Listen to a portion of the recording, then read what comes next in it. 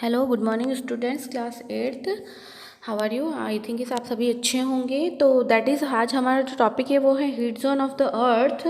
Between tropic of the Cancer and the topic of the Capricorn the midday sun is the extendedly overhead at the last one of the year. इस time heat zone जो कहलाता है अर्थ पृथ्वी का वो हिस्सा कहलाता है students जहाँ पर गर्म तापमान बहुत ज़्यादा होता है। यहाँ यानी कि जो सूरज का जो एक्सटर्नल हीटिंग पावर जो होता है वो फिक्स एक 90 डिग्री के एरिया में होता है और बिल्कुल सीध में पड़ता है। दैट इज़ ये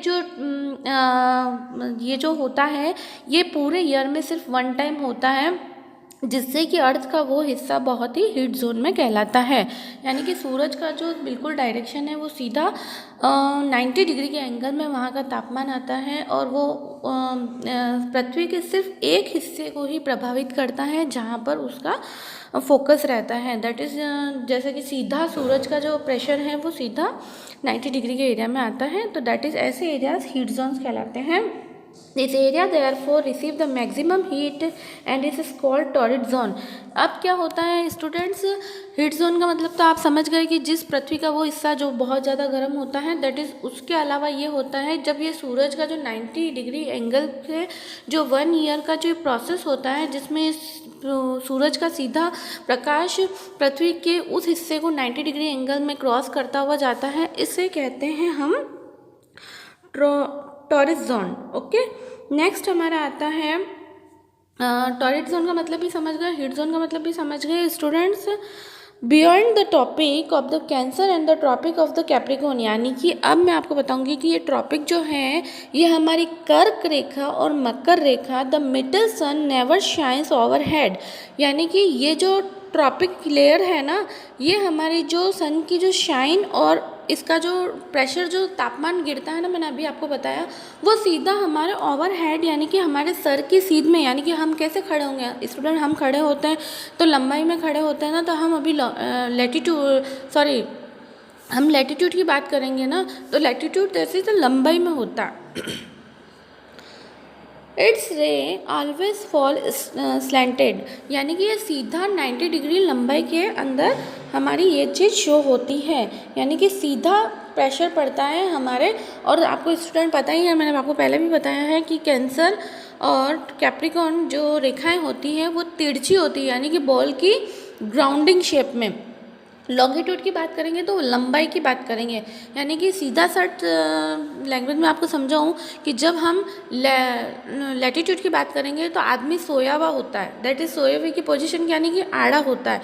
और लॉन्गिट्यूड की बात करेंगे तो दैट इज़ आदमी खड़ा, यानी कि सीधा। तो खड़ा होगा तो किस तरह से होगा स्टूडेंट, उस तरह से होता है। The area bounded by the tropic of the Cancer and the article surface at the northern hemisphere and the tropic of Capricorn in the Antarctic circle is the south. अब हम जिस तरह से स्टूडेंट आपको बताया ही है, जब मैंने आपको कैप्रिकॉर्न और कैंसर के बारे में बताया था तो उसमें हम साउथ और एरिया और नॉर्थ एरिया को पता करने के लिए जो हम लोग देखते थे, तो दैट इज़ उसको हम क्या कहते थे, जो सर्कल बनता है उस जगह, तो ऊपर वाला जो सर्कल बनता है वो दैट इज़ कहलाता है Arctic circle. And the Capricorn जो नीचे वाला जो सर्कल बनता है, यानी कि जो साउथ की तरफ बनता है, जो नॉर्थ की तरफ बनता है वो कहलाता है आर्कटिक सर्कल्स। एंड द नीचे की तरफ जो बनता है तो वो tropic of Capricorn Antarctic circle कहलाता है, जो साउथ में आता है। और नॉर्थ की तरफ आता है आर्कटिक सर्कल नॉर्थन। ओके, तो इसी तरह से होता है। दैट इज़ कि आई थिंक इस आपको ये समझ में आ रहा हो गया that area that live between the Arctic circle and the North Pole is the northern hemisphere and the अब मैं आपको ये बताती हूँ कि स्टूडेंट ये जो हम जिसकी बात कर रहे हैं, तो इसमें हम आपको एक चीज़ मैं बता देती हूँ कि ऐसे एरिया जो कि हेलो, जो कि है ना, जैसे किसी बॉल का प्रेशर किया, वो राउंड सर्कल में है, तो दैट इज़ राउंड सर्कल में जाने के बाद जब हम ऊपर का हिस्सा देखते हैं तो दैट इज़ कहलाता है साउथ और नीचे का हिस्सा कहलाता है साउथ। ओके, नॉर्थ, तो दैट इज़ है ना, उसमें ये होता है कि ऊपर की तरफ जो आता है कैंसर का ट्रॉपिक आता है, नीचे की तरफ आता है कैप्रिकॉर्न का आता है। उसी तरह से एरिया में हम जब डिवाइड करते हैं तो आर्कटिक और एंटार्क्टिक आता है। आर्कटिक आता है हीट जोन में और एंटार्क्टिक आता है ठंडे वाले देश में। तो हम जब इन दोनों पॉइंट्स की बात करेंगे तो स्टूडेंट हम देखेंगे जो इनके लास्ट पॉइंट्स होते हैं ना, जैसे स्टूडेंट्स पहले बड़ा सर्कल बना, फिर ऊपर से छोटा सर्कल बना, फिर ऊपर से और छोटा सर्कल बना, ऐसा ऐसा जब हम बॉल की लास्ट पॉइंट पे जाएंगे तो सिर्फ एक पॉइंट रह जाएगा, दैट इज़ इन पॉइंट्स की जो एक हम स्लाइड काटेंगे बॉल की, तो दैट इज़ ऊपर की स्लाइड काटेंगे तो आर्कटिक कहलाएगी, और नीचे की एक स्लाइड निकालते हैं तो वो अंटार्कटिक कहलाती। नीचे वाली ठंडी होगी और ऊपर वाली गर्म होगी। इन चीज़ों को हम बहुत अच्छे से समझ सकते हैं कि जहाँ पर भी एंटार्क्टिक सर्कल होगा वहाँ पर ठंडक बहुत ज़्यादा होगी, यानी कि जब हम नीचे की तरफ आते हैं और एंटार्क्टिक सर्कल की तरफ आते हैं तो ये क्या ओशियंस के पास वाला हिस्सा आ जाता है स्टूडेंट, और ये अंटार्कटिका महासागर, अंटार्कटिका इधर की तरफ आ जाता है, द्वीपों की तरफ, तो उस तरफ का एरिया क्या है, बहुत ही ठंडा देश है। तो ऐसे एरियाज़ क्या करेंगे, एरियाज़ क्या करेंगे, बहुत ही ठंडे, यानी कि ये दोनों पॉइंट्स बहुत ही ठंडे होते हैं, दैट इज़ इतने ठंडे होते हैं कि हम इनको हम फ्रिज जोन्स भी कह सकते हैं, यानी कि ये बहुत ही इतने ठंडे एरियाज़ कहलाते हैं कि इनको फ्रिज जोन भी कहला सकते हैं। यानी कि हीट जोन का मतलब बहुत ज़्यादा हाई टेम्परेचर होता है जिस तरफ। दूसरा है सूर्य की गर्मी, जहाँ पर बहुत ज़्यादा होगी उस तरफ वो चीज़ कहलाती है ठंड हीट जोन में, और 90 डिग्री का टेम्परेचर बनेगा उस तरह से ही है। अब जैसे हमने साउथ और नॉर्थ की तो बात कर दी थी, अब हम सीधे से जब लॉन्गिट्यूड की बात करेंगे तो लॉन्गिट्यूड में स्टूडेंट मैं आपको बताती हूँ कि there are the made by the many places in the one single latitude. In the order to the locate them we need a different set of the vertical imaginary lines called meridians of the longitude.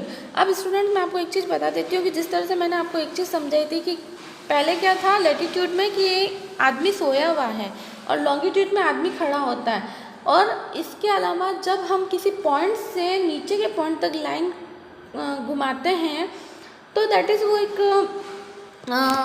ये जो लाइनें बनती है वो ऊपर से एक जैसी आती हुई नीचे तक एक। अब इसमें तो इक्वेटर पॉइंट 0 था स्टूडेंट, ओके, और इसमें हम लोग डायरेक्ट अपने अकॉर्डिंग एक इमेजिनरी लाइन से बनाएंगे, तो दैट इज़ इसका जो जितनी भी लाइंस बनती है वो इक्वल होती है, इनको कहते हैं मेरिडियंस लाइन, जिनको अब हमारी इमेजिनरी लाइन से बनाते हैं। There are the similar circles which run from the North Pole to South Pole, और इसमें सारे सिमिलर सर्कल्स बनते हैं नॉर्थ पोल से साउथ पोल की तरफ। Now it's very easy to locate and the point of the globe by the using the grid and the longitude and the latitude। ये हम ग्लोब में जब इस चीज़ को यूज़ करते हैं तो ये ग्राइड कहलाती है, और लॉन्गिट्यूड से लैटिट्यूड्स में किसी एरिया को पता लगाने की स्कीम को कहते हैं grid. The Dhubri and the Assam is situated in the 26 degree north and the 90 degree east. It we find the point where these two lines meet each other when we get the located Dhubri। अब देखिए student, हम cancer point से जो line जाती है, Capricorn line से जो सीधी जाती है, उसके बाद हम एक मैप को बिल्कुल हम एक ग्लोब को बिल्कुल फ्लैट कर देते हैं, दैट इज़ उसमें हम 90 डिग्री की लाइन करेंगे। 90 डिग्री से जस्ट ऊपर वाली जो लाइन होती है एक पतली सी लाइन जाएगी, उसको हम इमेजिनरी करेंगे। उस इमेजिनरी लाइन पे हम एक 26 डिग्री का, मैंने आपको बताया था स्टूडेंट याद करो, 23 डिग्री का एक पोल बना के बताया था 90 डिग्री पे, दैट इज़ उसके बीच में हम एक छोटा सा डिस्टेंस में हम एक लाइन कर्व करेंगे, दैट इज़ उस लाइन के अंदर में हम जस्ट 23 डिग्री से साउथ पोल से नॉर्थ पोल की तरफ देखेंगे, तो दैट इज़ उसमें एक 90 डिग्री के 23 के बीच में आपको एक 26 डिग्री का छोटा सा, यानी कि 3 पॉइंट्स का डिफरेंस रहता है, तो दैट इज़ उसमें हम जो लाइन स्क्रेच करेंगे उस पॉइंट में 90 डिग्री 23 डिग्री के बीच में जो पॉइंट आएगा दैट इज़ उस पॉइंट पे हम धुबरी को मिलेंगे आसाम में, ओके। इस तरह से हम उस पॉइंट को ढूंढ सकते हैं स्टूडेंट। तो ये चीज़ क्या 90 डिग्री और 26 डिग्री के बीच में जो पॉइंट आएगा वो चीज़ कहलाएगा नॉर्थ और साउथ के बीच में। इससे हम धुबरी को ढूंढ लेंगे। It the count of the longitude because from the meridian which pass long off the Greenwich, इसको इसी से ये जो लाइन हमने इमेजिन की है ना, ये ग्रीनविच है, तो ग्रीनविच होने की वजह से British observatory located is the called prime meridian, यानी कि अब क्या है, हम लोग उसमें तो इक्वेटर से समझ सकते थे, लेकिन दैट इज़ हमें लॉन्गिट्यूड में हमें समझने के लिए हमें क्या होता है, ग्रीनविच की लाइन की ज़रूरत पड़ती है। दैट इज़ हम उस लाइन को जो भी ऑब्जर्व करेंगे वो ग्रीनविच में कहलाएगी। एंड इस चीज़ का हम ब्रिटिश रॉयल ऑब्जर्वेटरी लोकेट कहते हैं।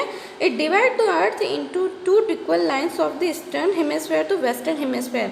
अब इजी लैंग्वेज में बताऊँ स्टूडेंट, जिस तरह से हमने साउथ पोल और नॉर्थ पोल को स्टडी किया था ना, दैट इज़ वही सेम सिचुएशन है। अब इसमें क्या होता है, जो लंबाई में ये चीज़ जो आती है ना भाई, एक में तो हम तिरछे सो रहे हैं तो ईस्ट टू वेस्ट हो गया, तो दैट इज़ हम जब लंबाई में आएंगे ना तो वो चीज़ जब हम सो रहे हैं तो साउथ और नॉर्थ आ जाएगा। दैट इज़ हम जब लंबाई में आएंगे ना स्टूडेंट्स, तो वो चीज़ ईस्ट और वेस्ट में आ जाएगी। तो दैट इज़ हम उस चीज़ को किस चीज़ से बस शो करेंगे, E for east and W for west. Okay, इससे क्या होता है, हमें हर चीज़ समझने में आसानी पड़े। तो जैसे कि अभी उन्होंने बताया था कि धुबरी किधर आया, तो 26 डिग्री नॉर्थ ऊपर से एंड 90 डिग्री के एंगल में नीचे की तरफ बनेगा साउथ में। तो इन दोनों के बीच में समझने के लिए ग्रीनविच लाइन की थी हमने, दैट इज़ ग्रीनविच के बीच में हमने ईस्ट और वेस्ट समझने की कोशिश की थी, क्योंकि लॉन्ग एरियाज़ को भी समझने के लिए हमें किसी चीज़ को ज़रूरत पड़ती है ना। ओके स्टूडेंट, आज की स्टडी यहीं तक। इस पॉइंट को आप थोड़ा सा अच्छे से समझना है, दैट इज़ ये थोड़ा सा टफ है। Thank you very much.